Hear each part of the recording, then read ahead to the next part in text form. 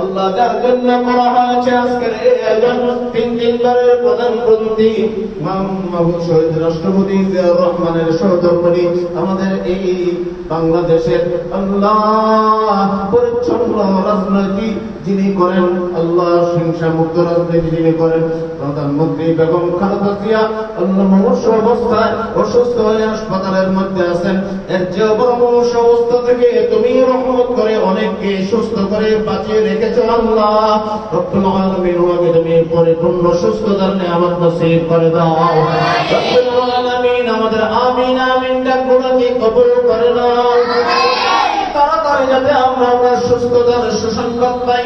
উনি পরিপূর্ণ সুস্থ হয়ে ঘরে ফিরে এসেছেন, সেইভাবে তোমার দরবারে যখন খালেদা জিয়া প্রধানমন্ত্রীকে তুমি কবুল করে নাও আমিন। তোমার হাবিবের রহমতের সাদকা আল্লাহ, তোমার হাবিবের মিলাদ শরীফ এই সম্বরের সাদকা রব্বুল আলামিন, তোমার রহমান তোমার রহিম রহমান রহিম নামের সাদকা আল্লাহ ওনাকে তুমি অতি তাড়াতাড়ি পরিপূর্ণ সুস্থতার নিয়ামত নসিব করে দাও রব্বুল আলামিন। পরিপূর্ণ সুস্থ হয়ে যাতে উনি এই দেশের ক্রান্তি লগ্নে দেশের হাল ধরতে পারেন আল্লাহ।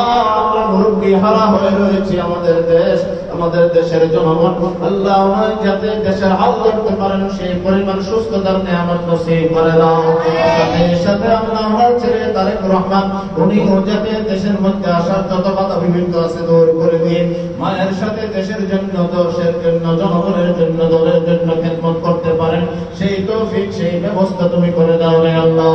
আজকে যে মেহমানবৃন্দরা এসেছেন তাদের নেক হায়াত নসিব করে দাও। গণতন্ত্রের প্রতিষ্ঠাতা আল্লাহ শহীদ প্রেসিডেন্ট জিয়াউর রহমানের রূহে পাকের সওয়াব পৌঁছাইয়া দাও।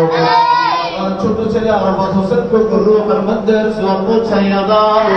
সবার জিন্দেগির গুনাহ খাতাগুলোকে মাফ করে দাও, প্রত্যেকের কবরগুলোকে জান্নাতের বাগান বানাইয়া দাও রব্বুল আলামিন।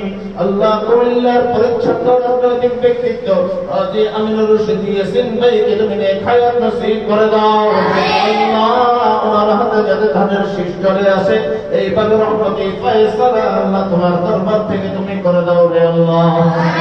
এই আয়োজন আমিনুর রশিদ ইয়াসিন ভাইয়ের আল্লাহর সাথে যারা সম্পৃক্ত আছেন তাদেরকে নিয়ে আজকে তোমার রহমাতুল আলামিনের এই আয়োজন করা হয়েছে, মেহমানদারির ব্যবস্থা করা হয়েছে।